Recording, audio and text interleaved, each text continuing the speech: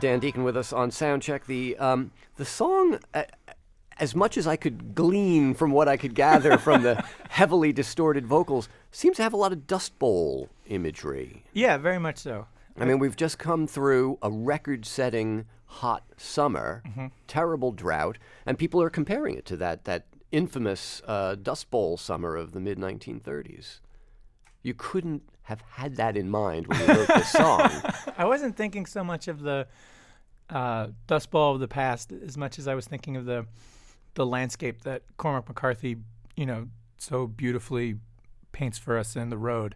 It's a horrifying book. Also has elements of hope and da-da-da-da. Mm-hmm.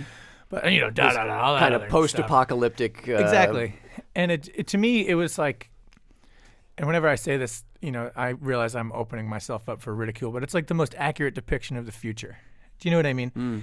And it's this horrifying vision of what the world could easily become.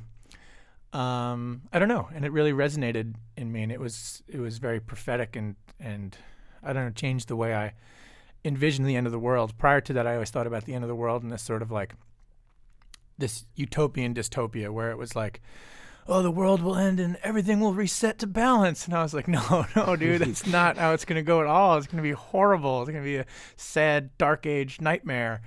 And that book have you spent a lot of time thinking about the end of the world? Yes, unfortunately. I don't think about it much anymore, but, I'd say for the greater half for the first era of my adulthood, the end of the world was on my mind quite heavily.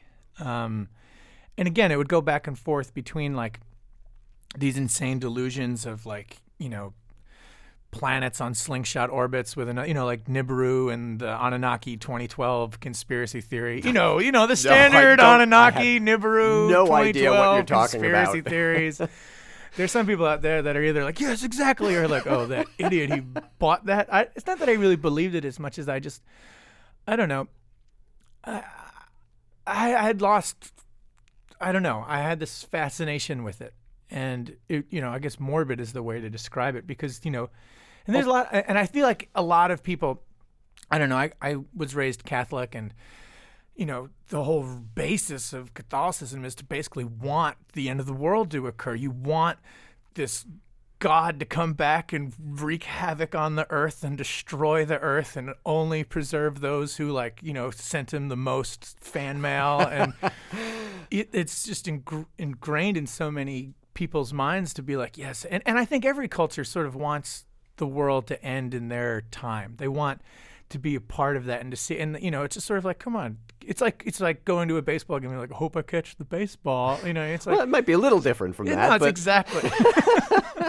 Dan Deacon with us on Soundcheck. So, I mean, the music. Thank you for segueing out of that insane rant. Sorry to interrupt you. But, I'm actually going right back to it because, a lot of the music that you've written during the time that you're talking about when you're sort of obsessing about the end of the world is kind of like, all right, world's ending, let's party.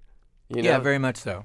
All right. Now, this new album, America, it's got the hard driving rhythms, it's got the lush electronics and stuff, but it seems to have something else going on here. I'd say it's probably the first record I've written as program music as opposed to absolute music. So a good example, Beethoven's Fifth Symphony, absolute music. Beethoven's Sixth Symphony, the Pastoral Symphony, is program music. Really glad you answered that and didn't quiz me on it like this state quiz I'm about to morbidly fail.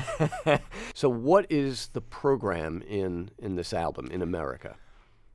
To me, the main issues that are the musical programness, especially in regards to the B-side, is the influence of geography.